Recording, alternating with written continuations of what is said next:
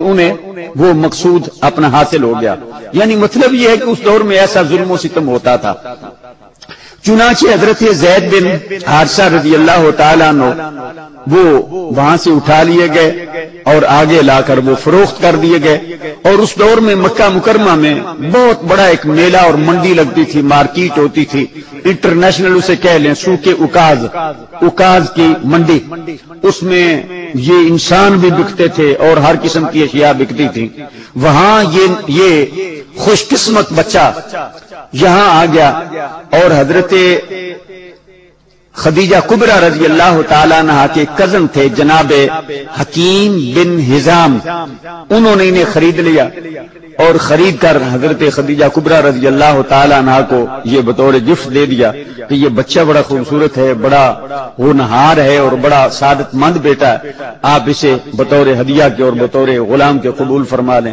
اور حضرت سیدہ پاک ام المومنین خدیجہ کبریٰ رضی اللہ تعالی عنہا نے وہی بچہ نبی اکرم صلی اللہ تعالی علیہ وسلم کو بطور تحفہ کے پیش کر دیا.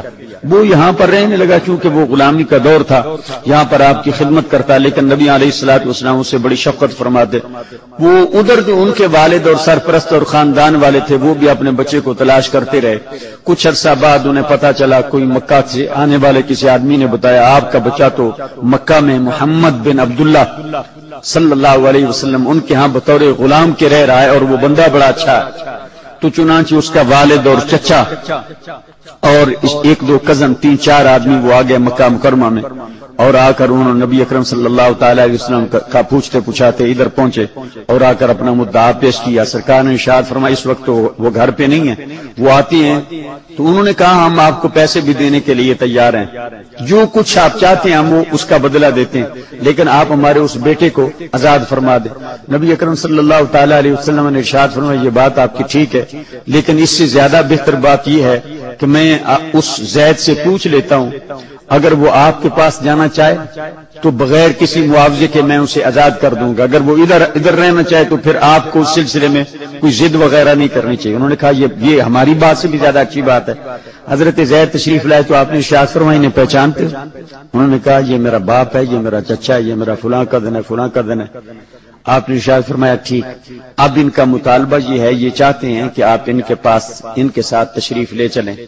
حضرت زید رضی اللہ تعالی عنہ نے جو خوبصورت جواب دیا اسے حضرت امام حسن بریلوی کی زبان میں یوں کہا جا سکتا ہے کہ حضرت زید رضی اللہ تعالی عنہ نے زبان حال سے اس وقت یہ عرض کیا ہوگا جس کا ترجمہ یوں ہے، تیرے ٹکڑوں پہ پلا غیر کی ٹھوکر پہ نہ ڈال، جھڑکیاں کھاؤں کہاں چھوڑ کے صدقہ تیرا. اے اللہ کے رسول آپ کی غلامی اور یہ شرف یہ سعادتیں چھوڑ کے میں اپنے والدین کو ترجیح دے لوں؟ اے اللہ. ابھی حضرت زید رضی اللہ تعالیٰ عنہ نے کہا میں ان کے ساتھ جانے کے لیے تیار نہیں ہوں. تو جب حضرت نبی اکرم صلی اللہ تعالی علیہ وسلم نے جناب زید کی یہ محبت دیکھی تو آپ نے اسی وقت یہ اعلان فرما دیا اس دستور کے موافق کہ آج کے بعد زید میرا بیٹا ہے. وہ والدین اور وہ اس کے تعلق والے اور حیران ہوئے کہ اتنا کریم آدمی تو آج تک ہم نے دیکھا ہی نہیں.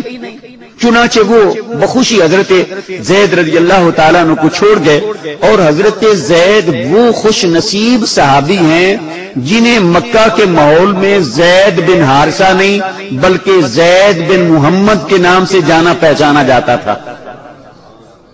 نبی اکرم صلی اللہ تعالی علیہ وسلم نے اب ان کی شادی فرمانی تھی.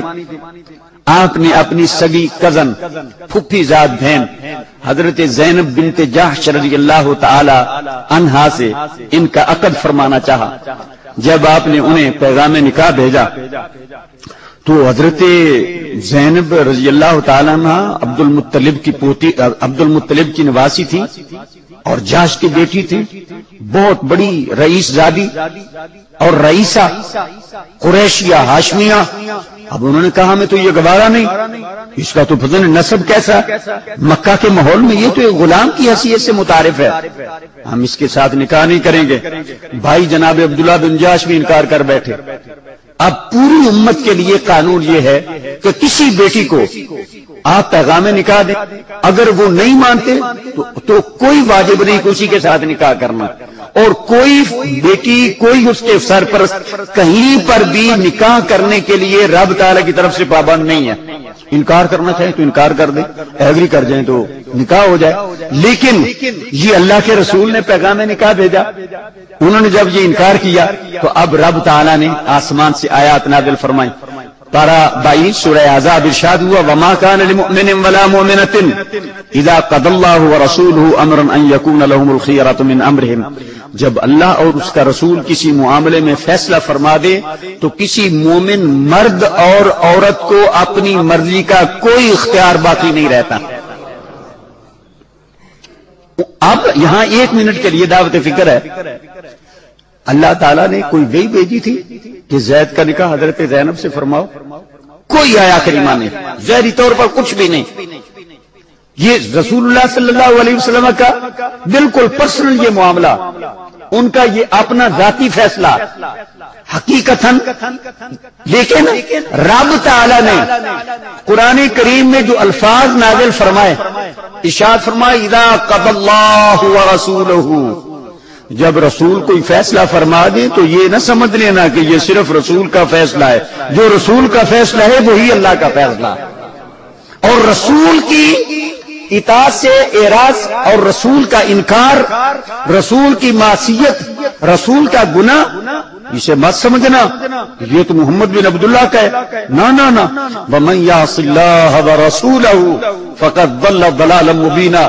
جو اللہ اور اس کے رسول کی معصیت کرے گا وہ دور کی گمراہی میں جا پڑے گا. تو رب تعالیٰ نے رسول اللہ کی معصیت کو بھی اپنی معصیت قرار دیا, رسول کی اطاعت کو اپنی اطاعت قرار دیا. رسول کا فیصلہ وہ اللہ کا فیصلہ. یہ نبی اکرم صلی اللہ تعالی علیہ وسلم کا نبی اور عبد ہونے کے باوجود ذات باری تعالیٰ سے اتحاد ہے, جو بہت کمال درجے کا مقام ہے. قصہ مختصر, نکاح ہو گیا. لیکن وہی بات جسے کفو کہا جاتا ہے, برابری, لیول, سٹیٹس, وہ نہیں تھا. آئے دن وہ حضرت زینب رضی اللہ تعالیٰ عنہ حضرت وہ زید رضی اللہ تعالیٰ عنہ کو ایٹ فرماتی. وہ ناپسندیدگی کا کبھی کوئی بات کہہ دی, کبھی کوئی بات کہہ دی. وہ آپ یعنی سوچتے ہوں گے, لیکن میں سوچتا ہوں شاید یہ اللہ تعالیٰ کا یہ پلان تھا, ایسا ہونا چاہیے تھا. بہت بڑا ایک امت کے لیے ابدی اور پرماننٹ ایک قانون دینا تھا, اس لیے حالات ایسے بنائے گئے. قصہ مختصر, حضرت زید رضی اللہ تعالیٰ انہوں نے حضرت زینب کو طلاق دے دی, سیپریشن ہو گئی. اور یہ حضرت زید رضی اللہ تعالیٰ عنہ سارے 1,24,000 یکم و بیش صحابہ کرام میں سے صرف ایک واحد وہ خوش نصیب صحابی ہے جس کا نام خود قرآن کے ٹیکسٹ اور عبارت میں موجود ہے. کسی صحابی کا نام نہیں, جناب ابو بکر کا نہیں ہے, عمر کا نہیں ہے, عثمان کا, علی کا, کسی صحابی کا نام نہیں. پورے صحابہ میں سے اگر کسی کا نام قرآن کی عبارت میں لفظاً آیا ہے تو وہ حضرت زید ہیں. فلما قضا زید, جب زید نے وہ اپنی حاجت وہ پوری فرما دی.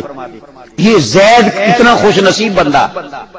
اب عرب معاشرے میں یہ ہوتا تھا کہ یہ جو منہ بولے بیٹے ہوتے تھے, سلبی اولاد نہیں ہوتی, صرف اسے یعنی دور سے کہہ لیا کہ آج کے بعد تو میرا بیٹا ہے, اسے سلبی اولاد کے حقوق حاصل ہوتے تھے. وہ وراثت کا باقاعدہ طور پر مالک ہوتا, اور وہ جتنی وہ سلبی اولاد کو رائٹس ہیں وہ سارے کے سارے اس عرب معاشرے میں اس کو دیے جاتے, حتیٰ کہ اس کی منقوہ بھی وہ اس کے باپ یعنی وہ متبنی کے لیے جس نے وہ اس نے اپنا اسے بیٹا بنایا, اس کے لیے اس کی وہی حیثیت ہوتی تھی جو سلبی اولاد کی بہوؤں کی ہوتی ہے. لیکن یہ بڑا ظالمانہ قانون تھا.